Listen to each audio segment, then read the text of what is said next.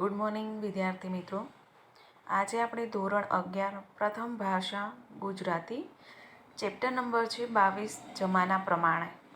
તેમના લેખિકા છે વસુબહેન ભટ્ટ. તેમનો જન્મ 23/3/1924 થયો હતો. વસુબેન ભટ્ટના આપણા જીવન કવન વિશે આપણે જોઈએ કે વસુબેન જનાર્દન રામપ્રસાદ ભટ્ટનો જન્મ વડોદરામાં થયો હતો. હાલ તેઓ અમદાવાદમાં રહે છે. મુખ્યત્વે તેઓ વાર્તાકાર તરીકે જાણીતા છે. પાંદડે પાંદડે મોતી, સરસીજ, દિવસે તારા, રાતે વાદળ, ખડીક અષાઢ ને ખડીક ફાગણ તેમના વાર્તા સંગ્રહો છે. માણા રાજ તેમની હાસ્યસભર વાર્તાઓનો સંગ્રહ છે. ઝાકળ પીછોડી નામની એક લઘુ નવલ પણ તેમણે લખેલી છે. લઘુ નવલ એટલે કે નવલિકા. પોતાની સીધી સાદી અને સંસ્કારી નમાય પુત્રી નીલા જો જમાના પ્રમાણે પહેરી ઓઢી નવતર ઠાઠ ઠાઠો અને ફેશન અપનાવે તો લગ્ન માટે વહેલી પસંદગી પામે એવી માન્યતા ધરાવતા બિહારીના અતિ સૂક્ષ્મ ચંચળ મનોભાવોનું નિરૂપણ આ વાર્તામાં થયેલું છે. વાર્તાકારે નીલાના પાત્રમાં એવું બાહ્ય પરિવર્તન લાવીને બિહારી પ્રતીતિ કરાવે છે કે જીવનમાં કૃત્રિમતા કરતાં વ્યક્તિત્વની સહજતા જ વિશેષ શોભી રહે છે. સ્થૂળ પ્રસંગ નિરૂપણને બદલે બે પાત્રોના સંવાદ અને મનોમંથનનો પ્રયોગ કરીને લેખિકાએ પરિસ્થિતિની ટૂંકી વાર્તા માટે જરૂરી એવા લાઘવમાં રજૂ કરી અને કલાસૂઝ દાખવેલી છે. આપણને 1 માર્ક્સની અંદર એવો પ્રશ્ન પૂછાય કે જમાના પ્રમાણે કૃતિનો સાહિત્ય પ્રકાર બતાવો, તો એમનો સાહિત્ય પ્રકાર શું છે? ટૂંકી વાર્તા છે અથવા તો નવલિકા. અહીંયા આ વાર્તાની અંદર લેખિકાએ એક વ્યક્તિ છે બિહારીલાલ, એમની જે દીકરી છે એ દીકરી રૂઢિચુસ્ત એટલે કે જે ખૂબ જૂના જમાના પ્રમાણે ઉછરી રહેલી છે. એની પત્ની ન હોવાના કારણે એ છોકરીનો ઉછેર કરવામાં કંઈક એને એવું લાગે છે કે કચાશ રહી ગઈ છે. છોકરીઓ અત્યારની છોકરી પ્રમાણે પોતે મોજશોખ નથી કરતી. એના માટે એને એવું લાગે છે કે મારી દીકરીની સગાઈ થશે કે નહીં થાય, અને એટલા માટે એ પોતાની દીકરીને જમાના પ્રમાણે ચાલતા શીખવાડે છે. એ વાત ખૂબ સરસ રીતે અહીંયા રજૂ કરેલી છે. હવે આપણે લેસનની શરૂઆત કરીએ. લેસનની શરૂઆતમાં જ મનને મનાવી બિહારી જવા તૈયાર થયો. બિહારી એટલે કે એ જે છોકરી છે એના પપ્પાનું નામ બિહારી છે. એટલે કે મન મનાવવું એ રૂઢિપ્રયોગ છે. એટલે કે ગમે તેમ કરીને મનને મનાવવું. બિહારી જવા તૈયાર થયો. ધોતિયાની પાટલી સરખી કરી, માથે ટોપી મૂકી, હાથમાં લાકડી લઈ ચાલવા માંડ્યો. બિહારીનો પહેરવેશ શું છે? તો કે ધોતિયો છે, માથે ટોપી પહેરેલી છે અને હાથમાં લાકડી છે, અને પોતે બહાર જવા તૈયાર થયા છે. ત્યાં ખ્યાલ આવ્યો કે બારણું તાળું મારવાનું તો રહી ગયું. અને જતાં જતાં એમને યાદ આવે છે કે લે, ઘરના દરવાજાને બંધ કર્યા તો ખરા, પરંતુ તાળું મારવાનું રહી ગયું. બારને તાળું મારતા માંડ તૈયાર કરેલું મન ભાંગી પડ્યું. માંડ એક તો બહાર જવા માટે તૈયાર થયા હતા. પોતાના મનને કેટલા પ્રયત્નો કર્યા પછી એને મનાવવાનો પ્રયત્ન કર્યો કે બહાર જવા માટે. અને જેવા એ બહાર જવા તૈયાર થયા એટલે તરત જ એમને યાદ આવ્યું કે ઘરના દરવાજે તાળું મારવાનું રહી ગયું. ફરી પાછા તાળું મારવા આવે છે ત્યાં એનું મન પાછું ભાંગી જાય છે કે ના, હવે મારે નથી જવું. બારણા ફરી જોશથી અફડાવીને બંધ કર્યા. બારણાની માફક મગજમાં અથડાતા વિચારોને રોકવાના પ્રયત્નોમાં એને સફળતા ન મળી. પછી ફરી પાછા જોરથી બારણા અથડાવા એટલે કે આમ એકબીજાની સાથે ભટકાઈને જે અવાજ આવે એવી રીતે એના મગજમાં ચાલતા વિચારોનો અથડાવાનો અવાજ એને આવે છે. પરંતુ એ એમના વિચારોની સફળતા પાછળ પોતે સફળ થઈ શકતા નથી. એના મનના વિચારો એવું કહે છે કે એમને બહાર નથી જવું, પરંતુ તેના હૃદયથી એને એવું થાય છે કે ના, મારે બહાર જવું છે. મગજ થાકી ગયું અને પગ લથડિયા ખાવા લાગ્યા. પગથિયા પાસેના થાંભલો પકડીને ત્યાં જ બેસી ગયા. શું કરવું? તમે ઘણી વખત જોજો કે તમારા મનમાં જ્યારે કોઈ વિચારોનું તરંગ ચાલતું હોય ત્યારે તમે શું કરો છો એની તમને પણ ખુદને ખબર હોતી નથી. એમ અહીંયા બિહારીના મગજની અંદર એટલા વિચારો આવે છે કે પોતાને શું કરવું અને શું ન કરવું. પોતાના પગ પણ ચાલવા માટે સમર્થ નથી. એવા એના પગ છે એ પણ લથડિયા ખાઈ રહ્યા છે, પડું થઈ રહ્યા છે, અને પોતે એ ઓસરીનો એક થાંભલો છે ત્યાં પકડીને બેસી જાય છે. બહારના રસ્તેથી 3-4 સમવયસ્ક કન્યાઓ રંગરંગીન પોશાકમાં હસતી કૂદતી એકબીજાને ધબ્બા મારતી પતંગિયાની માફક પસાર થઈ. પોતે પોતાની ઓસરીમાં બેઠા છે થાંભલીના ટેકણે. ત્યાં એ જુએ છે કે બહાર 3-4 છોકરીઓ સમવયસ્ક એટલે કે એક જ સરખી ઉંમરની એમની જે બેનપણીઓ હોય તે એકબીજાની સાથે મજાક મસ્તી કરતી, રંગીન મજાના સરસ કપડાં પહેરેલા છે, એકબીજાની સાથે મજાક મસ્તી કરતી પતંગિયાની જેમ ઉડતી ઉડતી આવી રહી હોય એવું એમને જોયું. નાખી દીધેલી નિરાશા વળી પાછી બિહારી પર ચઢી બેઠી.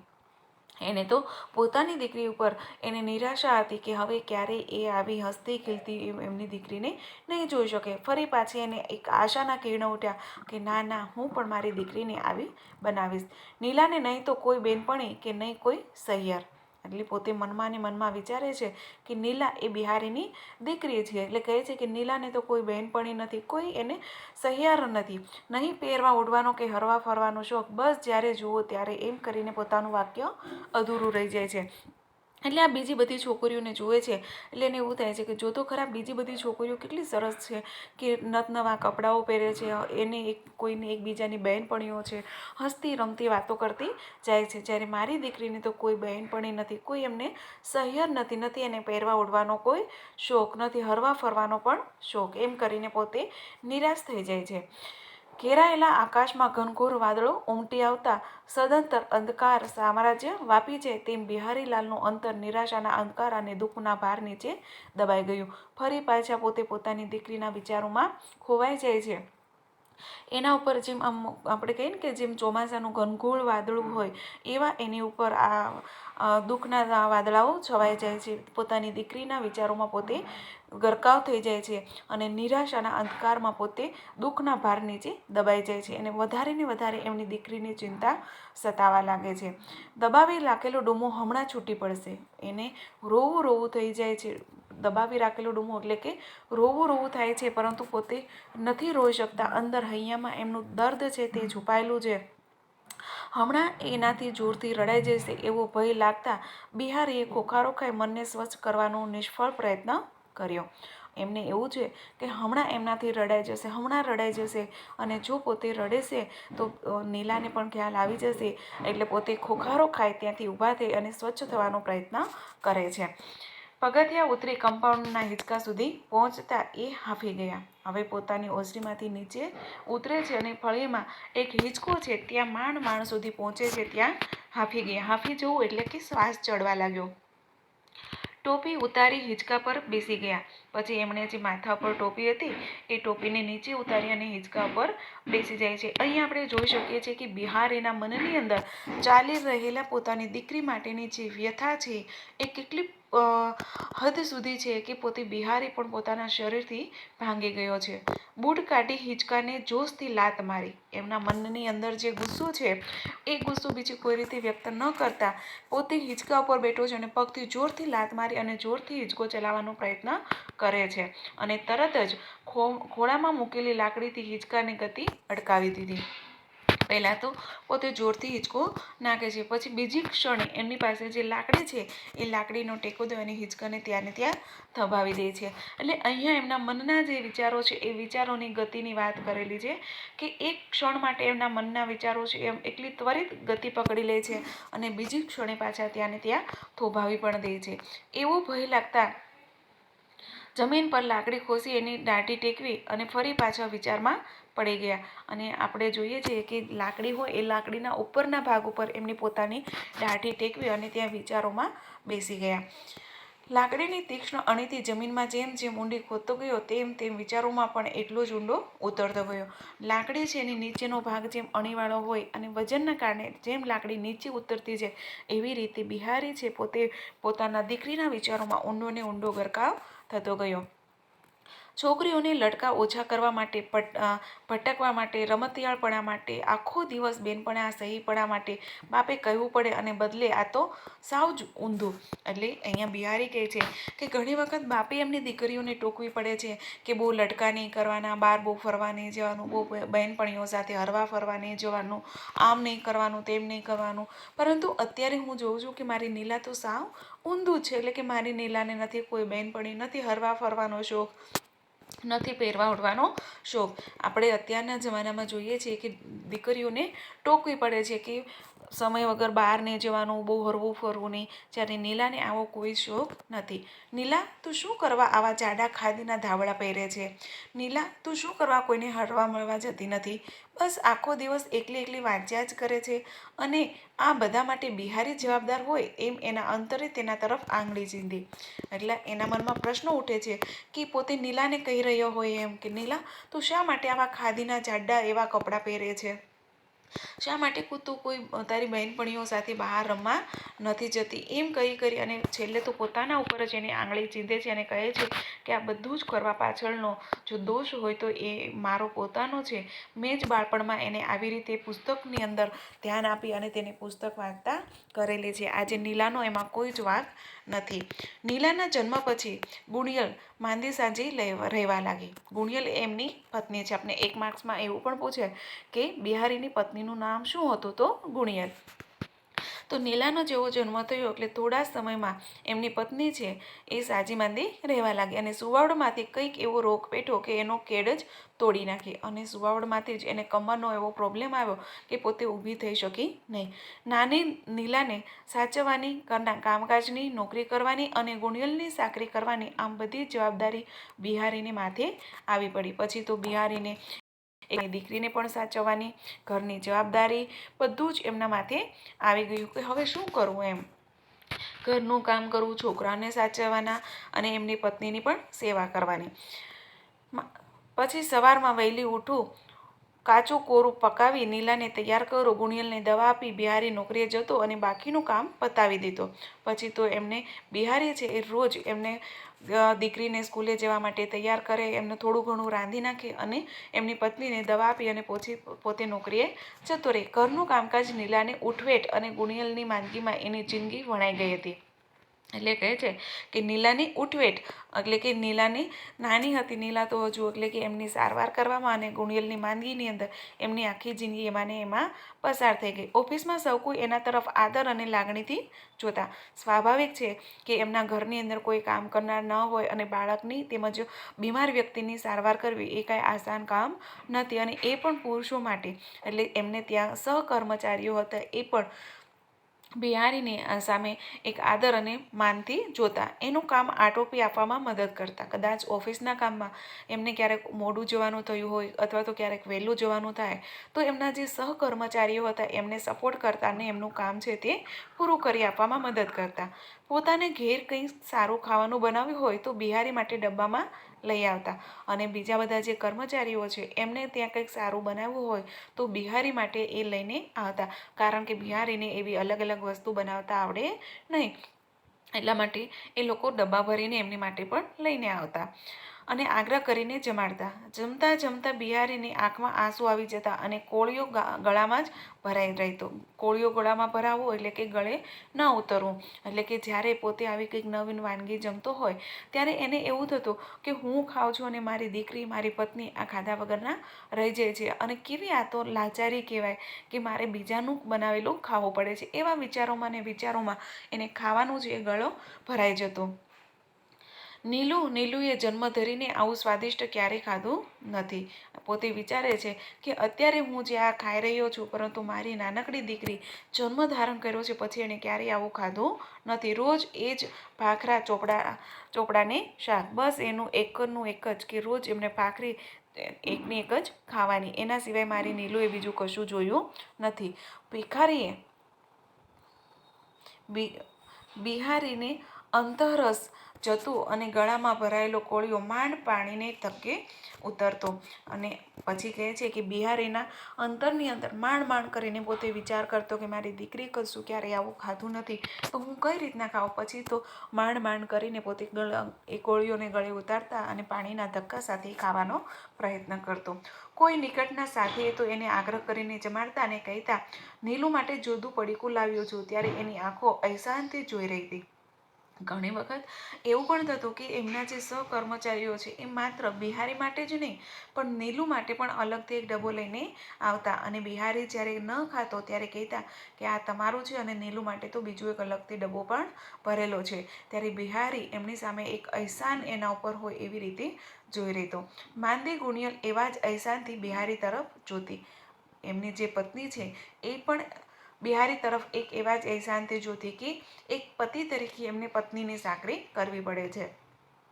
મોટા કરોડપતિને પરણી હોત ને તોય આવી ચાકરી ન પામત. એમની પત્ની છે ગુણિયલ હંમેશા એ બિહારીને કહેતી કે આજે આપણી પાસે કશું જ નથી, પણ જો કદાચ હું મોટા કરોડપતિને ત્યાં પરણી હોત ને તો પણ મારી કોઈ આવી સેવા ચાકરી કરત નહીં. આટલી ચાકરી અને મોંઘી દાટ દવા કર્યા છતાં ગુણિયલના જીવનનો અંત આવ્યો.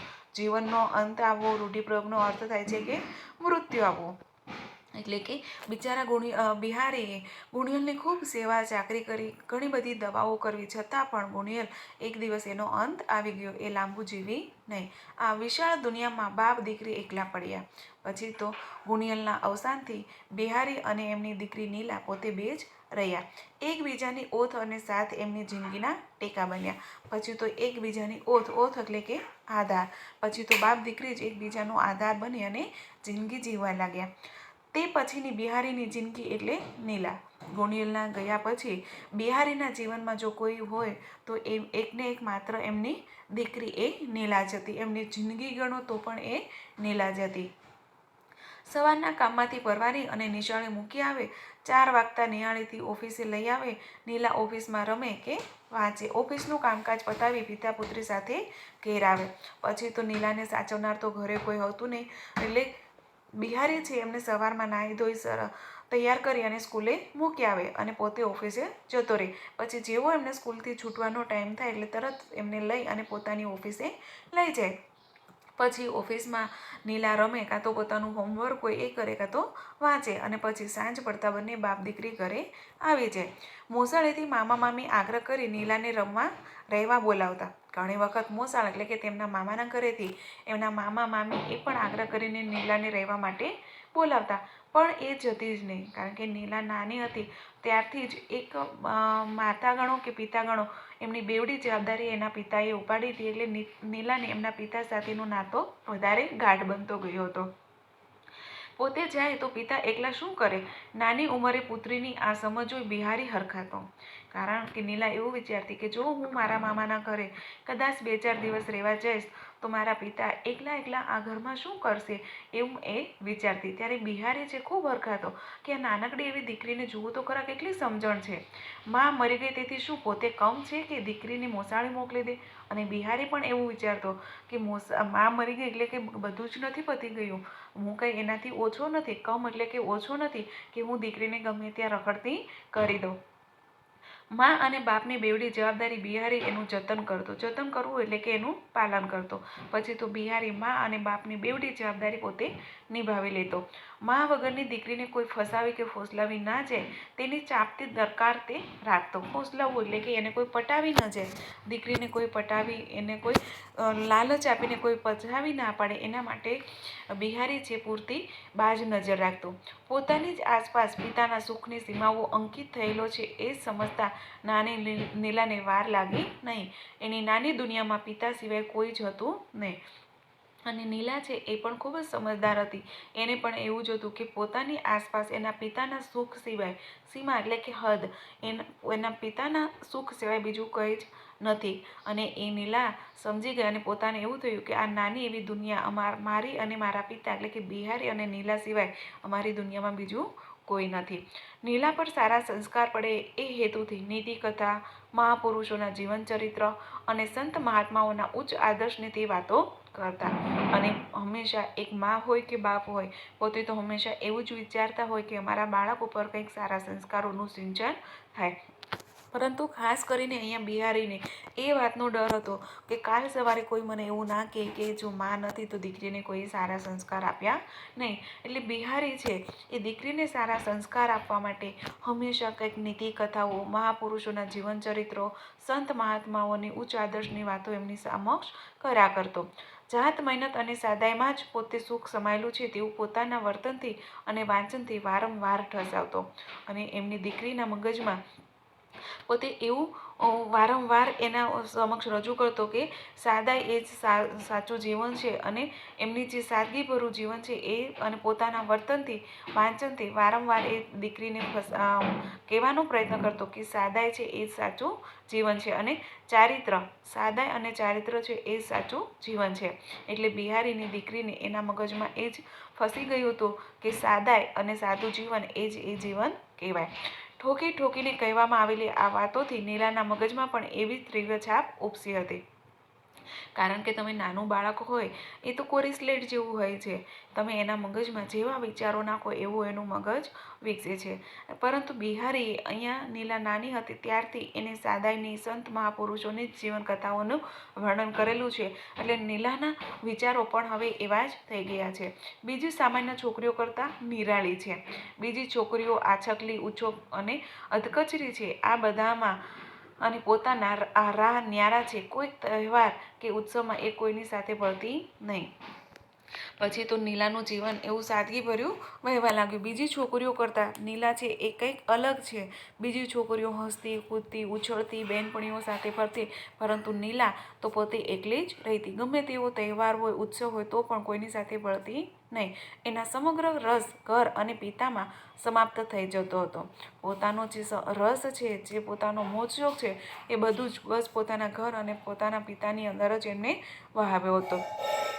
પોતાની માની પાછળ પિતાએ જે જહેમત અને પરિશ્રમ ઉઠાવ્યા હતા તેની એના નાનકડા મગજમાં એવી ઊંડી અસર થઈ હતી કે કોઈનાય કહ્યા વગર તેને પિતાજીનો ભાર હળવો કરવા માંડ્યો. નીલા જેમ જેમ સમજની થતી ગઈ તેમ તેમ એને ખબર પડવા લાગી, અને પછી એને વિચાર્યું કે પોતાની માની ગેરહાજરીએ એના પિતાએ જે પરિશ્રમ ઉઠાવ્યો છે, એને ઉછેર કરવામાં જે જહેમત કરી છે, એને હવે નાનપણથી જ એના મગજમાં ઊંડી અસર બેસી ગઈ હતી, અને પછી એને પિતાજીનો ભાર હળવો કરવાનું શરૂ કર્યું.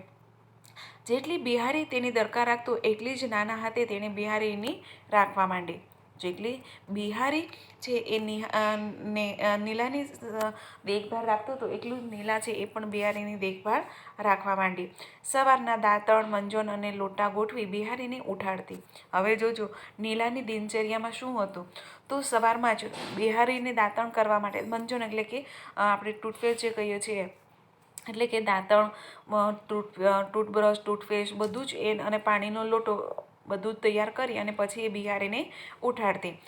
નાહવા માટે ગરમ ઠંડા પાણીની ડોલો ચકચકિત ઘસીને રાખતી. ટુવાલ અને કપડાં ગોઠવી નાહવા માટે બોલાવતી. બિહારી નાહી ઉઠે તે પહેલાં પૂજાનો સામાન, પ્રસાદ અને માળા નજર પડે એ રીતે તૈયાર રાખતી. છાપા અને ટપાલ મુકર્રર જગ્યાએ રાખતી. મુકર્રર એટલે કે જ્યાં જગ્યા નક્કી કરી હોય એ જગ્યાએ. નિશાળના સમય પહેલાં બધું જ પરવારી જતી અને બાપ દીકરી સાથે નીકળી જતા. એટલે કે પિતાની સેવા કરવામાં એને કોઈ કચાશ રાખી ન હતી. જેવા ઉઠવાની તૈયારી થાય એટલે દાંતણ પાણી બધું તૈયાર કરતી. દાંતણ કરી લે એટલે કે બાથરૂમની અંદર ગરમ ઠંડા પાણીની ડોલો ભરીને રાખતી. ટોવેલ વ્યવસ્થિત મૂકી દેતી, અને પછી નાસ્તાની, પૂજાની સામગ્રી જે કાંઈ હોય એમની દિનચર્યા એ બધું જ ખૂબ જ સરસ રીતે એમને સાચવીને રાખતી. અને પછી પોતાનું ઘરનું બધું જ કામકાજ આટોપી અને પોતે સ્કૂલને એમના પિતાની સાથે જતી રહેતી. નિશાળેથી સીધી ઘરે આવી તરત જ કામે ચડી જતી, અને જેવો નિશાળનો સમય પૂરો થાય એટલે ઘરે પાછી આવતી અને તરત જ જે કંઈ ઘરમાં બાકી કામકાજ હોય એ કામકાજ કરવામાં સમેટી લેતી હતી. પોતાની દીકરી આજકાલ છોકરીઓ કરતાં બધી રીતે ચડિયાતી છે એ વિચારી બિહારીની છાતી ગજ ગજ ફૂલતી. બિહારી હંમેશા એવું વિચારતો કે બીજી બધી છોકરીઓ છે એ કેવી ઉછળતી, કૂદતી, ઘરના કામકાજ ન કરતી, પરંતુ પોતાને એક આમ છાતી ગજગજ ફૂલતી, એટલે કે આમ ગર્વથી ફૂલી જતી કે મારી દીકરી છે એ તો બીજી બધી છોકરીઓ કરતાં કંઈક અલગ છે, પોતે ઘરનો કારભાર ઉઠાવી લીધો છે, એવો એને અભિમાન થતું. આમ છતાં એની વધતી જતી ઉંમર જોઈ એક પ્રકારની સતત મૂંઝવણ તેને સતાવ્યા કરતી. એક બાજુ બિહારીને આનંદ પણ છે કે પોતાની દીકરી બીજી બધી કરતાં અલગ છે, અને બીજી બાજુ એના મનમાં દુઃખ પણ છે, મૂંઝવણ પણ છે. નીલાને લાયક છોકરાઓની તે ચકાસણી કરવા લાગ્યો. હવે દીકરી છે એ દિવસે દિવસે મોટી થતી ગઈ છે. હવે એને પારકા ઘરે મોકલવાનો સમય થઈ ગયો છે, એટલે એ હવે છોકરાઓને જોવાની તૈયારી કરી. નીલાની સરખામણીમાં દરેક છોકરાની ગુણવત્તા અને કક્ષા ઉતરતી જ લાગતી. કારણ કે નીલા છે એ તો હંમેશા એના પિતાના માર્ગે જે ચાલતી હતી, એટલે એને એવું જ લાગતું કે એમની દીકરી જે ગુણિયલ છે એવી એને બીજા કોઈ છોકરાઓ મળતા નથી. પોતાનામાં અને પારકાનામાં એટલો ભેદ હોય જ એ વિચારી તેને નીલા માટે પ્રયાસો શરૂ કરી દીધા. પછી તો બિહારીએ એવી રીતે મન પણ મનાવી લીધું કે આપણા સંતાનો અને બીજાના સંતાનોમાં થોડોક તો તફાવત રહેવાનો છે, પરંતુ દીકરીને હવે વળાવી તો પડશે જ, એમ કરીને તેને જોવાના પ્રયાસો શરૂ કર્યા. નીલાની સંમતિ પછી જ આ અંગે આગળ પગલું ભરવું સારું એમ સમજીને એના વિચારો જાણવા કોશિશ કરતો, પણ નીલા તો આ અંગે કંઈ વિચાર કરવા જ ના પાડતી.